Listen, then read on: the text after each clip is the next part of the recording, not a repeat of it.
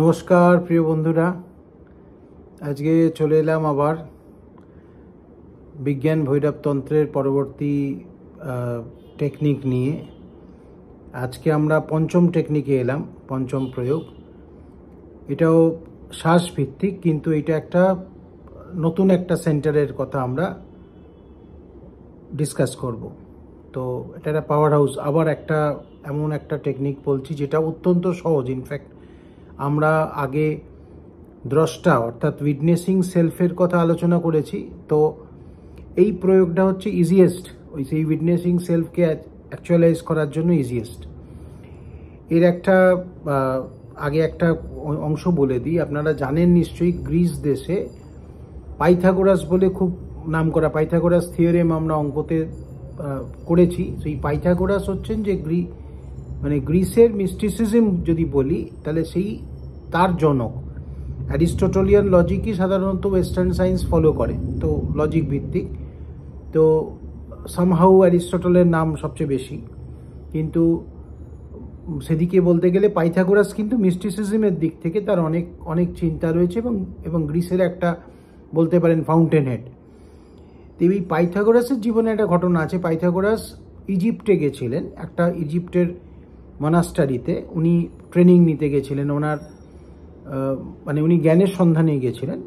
তো তখন ওনার যথেষ্ট নাম, কিন্তু সেই যে ইজিপ্টের ধরুন মনাস্টারি, তারা কিন্তু তাকে অ্যালাউ করেনি। বলেছিল যে দেখো, তুমি যদি এখানে আসতে চাও, আমাদের এখানে শিখতে চাও, তাহলে তোমাকে একটা বিশেষ একটা মেথডের মধ্যে দিয়ে যেতে হবে। সেই মেথডটা কীরকম না, 40 দিনের একটা প্রোগ্রাম হবে, যেখানে তোমাকে ফাস্টিং করতে হবে, একটা বিশেষ নিয়মে উপবাস করতে হবে, এবং তোমাকে একটা বিশেষ পদ্ধতির ব্রিদিং টেকনিক দেওয়া হবে, একটা শ্বাসভিত্তিক প্রয়োগ দেওয়া হবে, যেটা তোমাকে 40 দিন টানা করতে হবে। তারপরে আমরা তোমার সঙ্গে কথা বলব। তো উনি প্রথমে বলেছিলেন যে না, কেন, আমি তো এখানে জানতে এসেছি, আমি নলেজের জন্য এসেছি, আমি কোনো প্রয়োগ শিখতে আসিনি বা টেকনিক নিতে আসিনি। তো তারা বলেছিল যে ঠিক আছে, প্রয়োজন নেই, শোনেনি সে কথা। তখন বাধ্য হয়ে পাইথাগোরাস সেটার পদ্ধতিটার মধ্য দিয়ে যান। তো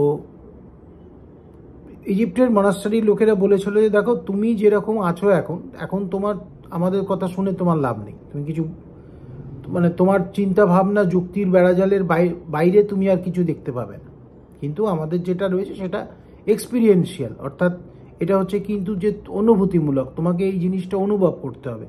একটা হচ্ছে আমি বড় বড় ট্রিটিসের কথা মুখে বলতে পারি, কিন্তু আমার নিজের জীবনে কি আমি সেটা অনুভব করেছি, আমার কি সে এক্সপিরিয়েন্স হয়েছে, এই দুটো আকাশ পাতাল ডিফারেন্স। হ্যাঁ, সুতরাং তাত্ত্বিক আন্ডারস্ট্যান্ডিংয়ের বিশেষ কোনো মূল্য নেই, স্পিরিচুয়াল ওয়ার্ল্ডে তো অন্তত বিশেষ কোনো মূল্য নেই। তো পাইথাগোরাস বাধ্য হয়ে উনি রাজি হন, এবং 40 দিনের একটা বিশেষ রকমের ফাস্টিং এবং বিশেষ ব্রিদিং টেকনিকের মধ্যে দিয়ে যান। তো ব্রিদিং টেকনিক যেটা ওনাকে দেওয়া হয়েছিল, সেটা কিন্তু আজকে আমরা যে পদ্ধতিটা পঞ্চম পদ্ধতি শিবের আলোচনা করছি সেটা। আমি আগেই বলেছি যে শিবের এই বিজ্ঞান ভৈরবতন্ত্রের টেকনিকগুলো হচ্ছে বলতে গেলে উৎস, এই উৎস থেকেই বিভিন্ন দেশেতে কিন্তু তারা গেছে। তো পাইথাগোরাসকে যখন এই 40 দিনের প্রোগ্রামের পরেতে উনি যখন বেরোন, তখন উনি বলেন যে তোমরা ঠিক বলেছিলে, আমারই ভুল হয়েছিল, আমি কিন্তু পাইথাগোরাস নয়, আমি একটা নতুন মানুষ। এই 40 দিনের মধ্যে আমি সম্পূর্ণ পরিবর্তিত, সুতরাং সেই আগের আমি আর নেই। তো তোমরা ঠিক বলেছিলে। তো যাই হোক, সেটা তারপরে তো ফিরে গিয়ে উনি প্রচুর মিস্টিক ডেভেলপমেন্ট করেন, প্রচুর এক্সপেরিমেন্ট করেন, প্রচুর প্রয়োগ করেন। তো একজনের বলতে গেলে যে ভীষণ রকমের একটা উজ্জ্বল ব্যক্তিত্ব। তো এইবারে আমি পঞ্চম টেকনিকে আসি, শিবের উক্তিতে আমরা আসি। তো মাতা পার্বতীকে শিব বলছেন, দেখো প্রিয়ে, তুমি প্রথমে তোমার ধ্যান থাকবে বা তোমার অ্যাটেনশন থাকবে তোমার ভ্রু মধ্যে, অর্থাৎ তৃতীয় নয়ন যেখানে আছে। তৃতীয় নয়ন আমরা অনেকেই শুনেছি, দুটো ভ্রুর মধ্যে যে অংশ, সেই জায়গাটাকে তৃতীয় নয়ন বলা হয় বা শিব নেত্র বলা হয় তন্ত্রেতে। তো সায়েন্টিফিক এক্সপেরিমেন্ট করে দেখা গেছে যে সেখানে ওই জায়গাতে পিনিয়াল গ্ল্যান্ড বলে একটি গ্ল্যান্ড আছে, যে গ্ল্যান্ডটা কিন্তু রহস্যময় গ্ল্যান্ড। কারণ তার যে পিটুইটারি গ্রন্থি থেকে যেসব হরমোন নিঃসৃত হয় আমরা জানি, তারা আমাদের শরীরে বিভিন্ন রকম পার্টিকুলারলি গ্রোথের ব্যাপারে ভীষণ রকমের করে। গ্রোথ, গলার ভয়েস চেঞ্জ ইত্যাদি অনেক কিছু তাদের। কিন্তু পিনিয়াল গ্ল্যান্ডের কি প্রয়োগ সেটা কিন্তু খুব বেশি কিছু জানা যায়নি। আমাদের মানে এতে রয়েছে, হিন্দু যে ট্র্যাডিশনে রয়েছে, যে পিনিয়াল গ্ল্যান্ড হচ্ছে এটা কিন্তু একটা ভীষণ রকমের পাওয়ারফুল একটা জায়গা। শিবনেত্র হচ্ছে কিন্তু তার কাছাকাছি।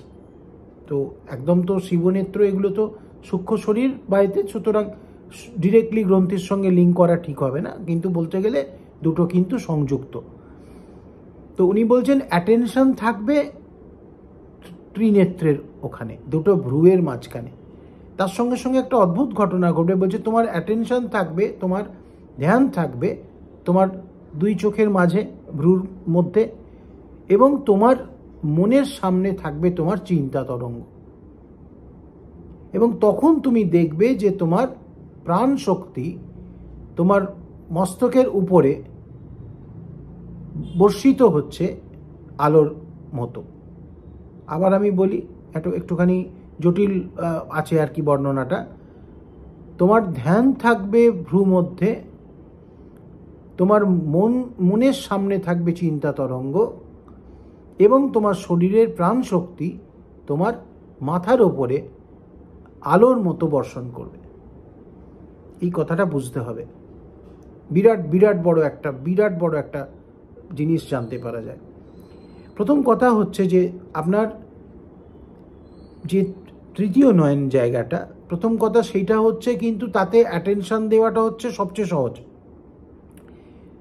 আপনি যদি চোখ বন্ধ করে দেখেন, অর্থাৎ চোখ বন্ধ করে দেখেন কথাটার মানে কি, আপনি চোখ যেরমভাবে চেয়ে দেখেন সেইভাবেই ভাববেন, কিন্তু চোখের পাতাটা তখন বন্ধ রয়েছে করে একটু আস্তে আস্তে যদি আপনার চোখটাকে ডান দিক বাঁ দিক আস্তে আস্তে মুভ করান, করতে করতে দেখবেন একটা জায়গায় থেমে যাবে। যেখানটা থেমে যাবে সেইটাই আপনার ত্রিনেত্রের জায়গা। এবং এটা জেনে রাখবেন, ওই বিন্দুটা কিন্তু ম্যাগনেটিক। তন্ত্রের কথায় আছে যে ওটা একদম কিন্তু মানে অ্যাটেনশন বা ধ্যানকে খায়, প্র্যাকটিক্যালি ওর খাদ্য হচ্ছে অ্যাটেনশন। সুতরাং যখনই তার কাছে যাব সঙ্গে সঙ্গে ও টেনে নেবে। যদি আপনি 3 মিনিট এরকম মানে চোখটাকে সামনে রাখতে পারেন, দেখবেন আপনি চোখকে আর সরাতে পারছেন না, চোখটা ওইখানে একদম স্থির হয়ে গেল। এবং সঙ্গে সঙ্গে দেখবেন একটা অদ্ভুত ঘটনা। সেই ঘটনাটা হচ্ছে আপনি আপনার সামনের চিন্তা তরঙ্গকে সম্পূর্ণ দেখতে পাবেন, যে বিভিন্ন রকম ছবির উদ্রেক হচ্ছে, প্রচুর কথা লেখা রয়েছে, মুখ রয়েছে, আপনি অন্য কোথাও যাচ্ছেন, বিভিন্ন রকম যা কিছু আপনি চিন্তা করেন সেটা ছবির মতো আপনার সামনে দেখতে পাবেন। সুতরাং এই হচ্ছে আপনার উইটনেসিং কনসিয়াসনেস। এই যে আমি বলেছি যে চৈতন্য দ্রষ্টা সাক্ষী, এই সাক্ষীকে আপনি কিন্তু প্রথম দেখতে পাবেন। দেখুন আমার চোখ আটকে গেছিল, তো এই দ্রষ্টা সাক্ষীকে কিন্তু আপনি দেখতে পাবেন। তা আপনি যখন দেখবেন, ইনফ্যাক্ট খুব ভোরবেলা প্রথম যখন ঘুম ভাঙছে, ধরুন সেই অবস্থাতে একটু চোখ বন্ধ করে মাঝখানটা চোখটাকে রাখার চেষ্টা করবেন, খুব সহজে বুঝতে পারা যায়। সামনে দেখবেন পরপর মানে দৃশ্যের মতো খুব স্পিডেতে একটা পর্দা যেন সরে যাবে। আপনার চিন্তা তরঙ্গকে আপনি দেখছেন। প্রথম আপনি জানতে পারলেন যে আপনি আপনার মনের থেকে আলাদা, আপনি আপনার চিন্তার থেকে আলাদা। সেই হচ্ছে আপনার মধ্যে দ্রষ্টা বা সাক্ষী ভাবের সূত্রপাত। সাক্ষী তো রয়েছেই, সবসময় রয়েছে, কিন্তু প্রথম আপনি সেটা অনুধাবন করলেন। তো এইটা কিন্তু একটা ইজিয়েস্ট, এবং আপনার শরীর এখানে হেল্প করে আপনাকে। আপনার যে মাথার যে পিনিয়াল গ্ল্যান্ড বললাম, সেটা কিন্তু আপনার অ্যাটেনশন বা ধ্যানকে সে আঁকড়ে ধরে থাকে। সুতরাং আপনি খুব সহজে আপনি হেল্প পাবেন। ওই জন্য এইটাকে যে কোনো জায়গাতে দেখবেন, যখন দীক্ষা দেওয়া হয়, গুরুরা দীক্ষা দেয়, অনেকেই কিন্তু এই ঠিক ত্রিনেত্রের জায়গাটা আঙুল দিয়ে স্পর্শ করে শক্তিপাত করে দেয়।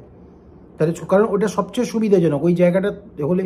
বা এমনিতেও আপনি ধরুন পুরীতে গেলেন বা কোথাও গেলেন, দেখবেন কিছুটা কর্পূর নিয়ে বা কিছুটা এই চন্দন দিয়ে কর্পূর লাগিয়ে ওরা ওই জায়গাটাকে লাগিয়ে দেয়। চন্দন লাগানোর এটা ওই জন্য, ওই জায়গাটাকে ঠান্ডা রাখা, যাতে ওইখানে আপনার অ্যাটেনশনটা থাকে, বারে নিজেকে মনে করার। তো এরকম অনেক কিছু আছে, প্রতীক রয়েছে। সুতরাং এই পদ্ধতিটা তো আমরা করতেই পারি। আচ্ছা, আরও একটা ঘটনা ঘটবে, সেটা হচ্ছে যে মুহূর্তে আপনি ওইখানে মানে চিত্তটা আপনার গেল, সঙ্গে সঙ্গে আপনি সামনে দেখতে পেলেন চিন্তা তরঙ্গ। এবার চিন্তা তরঙ্গ দেখতে পাওয়ার মানে আপনি আপনার উইটনেসিং সেলফকে দেখতে পেয়ে গেলেন, আপনার সাক্ষী ভাবকে দেখতে পেয়ে গেলেন। তখন আরেকটা ঘটনা ঘটবে আপনার মধ্যে। আপনি যে শ্বাস নেন শ্বাস ছাড়েন, এটা আগেই তো বলেছি, এটা শুধু শ্বাস নয়, অ্যাকচুয়ালি শ্বাসটাকে কিন্তু বলা হচ্ছে ভেহিকল। শ্বাসটা কিন্তু একটা ভেহিকল যার মধ্যে করে প্রাণ শক্তি আপনার ভেতরে ঢুকছে। সুতরাং এটাকে বলে এসেন্স অফ ব্রেথ, অর্থাৎ আপনার যে শ্বাসবায়ুর মধ্যে অ্যাকচুয়াল জিনিসটা কি আছে, কাকে নিয়ে আসছে। যে অক্সিজেন নাইট্রোজেনের যে মিশ্রিত জিনিসকে আমরা বায়ু বলছি, সেটা অ্যাকচুয়াল জিনিস নয়, সে নিয়ে আসছে কিছু একটা জিনিসকে, সেইটাই হচ্ছে প্রাণ শক্তি। সেই প্রাণ কিন্তু তাকে আপনি প্রথম বুঝতে পারবেন ফর্ম, সেটা দেখবেন আপনার শরীরের মধ্যে খেলে বেড়াচ্ছে। তো এর একটা অদ্ভুত, এর সঙ্গে সঙ্গে কি দেখবেন যে যখন প্রাণ ওপরে যাচ্ছে তখন মহাদেব বলছেন যে আপনি মনে করুন সেই প্রাণ শক্তি আপনার মাথার ওপরে, যেখানটা আমরা সহস্রার বলি, সহস্রার চক্রের ওখানে গিয়ে ওখানে আলোর মতো ওপর থেকে পড়ছে। তাহলে আপনার একদম আপনি দেখবেন যেন স্নান করে লোকে, যে চান করার সময় বলি না যে আমরা মাথাতে 3 বার যদি জল দিই তাহলে আমার যে খুব সুন্দর একটা শান্তি হয়। সবসময় তো মানে মানুষ ঠান্ডার সময় তো যখন স্নান করে বা বলে যে কোনো কিছু ধরুন কোনো জায়গা থেকে ধরুন এলো, ক্লান্ত হয়ে এলো, স্নান করার পরে একটা ইমিডিয়েটলি দেখবেন আপনার মনের একটা শান্তি আসে। শান্তিটা কোথা থেকে আসে? চান করলেন, পরিষ্কার হলেন, আলাদা কথা। এই যে শান্তিটা আসে, এই শান্তিটা আসে কিন্তু আপনার যেন মনে হলো আপনার ওপর থেকে কেউ পরিষ্কার করে, যেন ফিল্ট্রেশন হয়ে গেল। তো ঠিক সেই জিনিসটাই এই প্রাণ শক্তি যখন ওপর থেকে আসে, এইটা হচ্ছে তার আরও একটা বিরাট বড় ম্যাগনিফাইড এবং বড় রূপ। তাহলে এইটাই বলবো, এর অনেকগুলো আলাদা দিক আছে, সেগুলো আমি বলছি না, কারণ তা থেকে একটু মানে সমস্যার। যেমন একটা ছোট্ট হিপনোটিস্ট যারা হয়, যারা হিপনোটাইজ করে, তারাও কিন্তু এই যে তৃতীয় নয়নকে খুব এই স্থানটাকে ব্যবহার করে। সামনে জিনিসটাকে যে নাড়ানো হয় না, যে বাঁ দিক থেকে ডান দিক, ডান দিক থেকে বাঁ দিক, এই যে পরপর পরপর একটা পেন্ডুলামকে নাড়ানো বা একটা আলোকে জ্বালাচ্ছে বন্ধ করছে, এটা করলে আস্তে আস্তে আস্তে আস্তে চোখটা ক্লান্ত হয়ে গিয়ে ওই তৃতীয় নয়নের দিকে চলে যায়। এবং সেই সময়টাতে তারা বিশেষভাবে সেই মুহূর্তটাকে বুঝতে পেরে তারা নিজেদের কমান্ড দেয়, যাতে করে সে শুধুমাত্র হিপনোটিস্টের কথাই শুনতে পায়, অন্য কারোর কথা শুনতে পায় না। তো সেটা একটা অন্য দিক হয়ে গেল, সম্পূর্ণভাবে অফশুট এরিয়া, কোনো রকম না আমাদের কোনো ইন্টারেস্ট রয়েছে, না ইন্টারেস্ট থাকা উচিত, বাদ দিয়ে দিন। তাহলে আমরা নিজেদের ট্রান্সফরমেশনের কথা ভাববো। তাহলে প্রথম হচ্ছে আপনি বসবেন, সুন্দর করে বসলেন।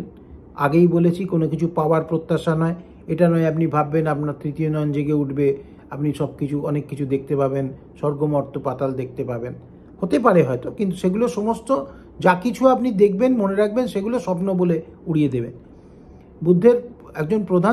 গৌতম বুদ্ধের প্রধান একজন শিষ্য ছিলেন সারিপুত্ত। তো সারিপুত্ত উনি যখন ধ্যান করতে করতে একসময় উনি মানে বিভিন্ন রকম জিনিস, গভীর ধ্যানে মানুষ যেরকম অনেক দৃশ্য দেখে সেরকম উনি দেখতে আরম্ভ করেছিলেন। স্বর্গ দেখছেন, নরক দেখছেন, বিভিন্ন রকম জিনিস।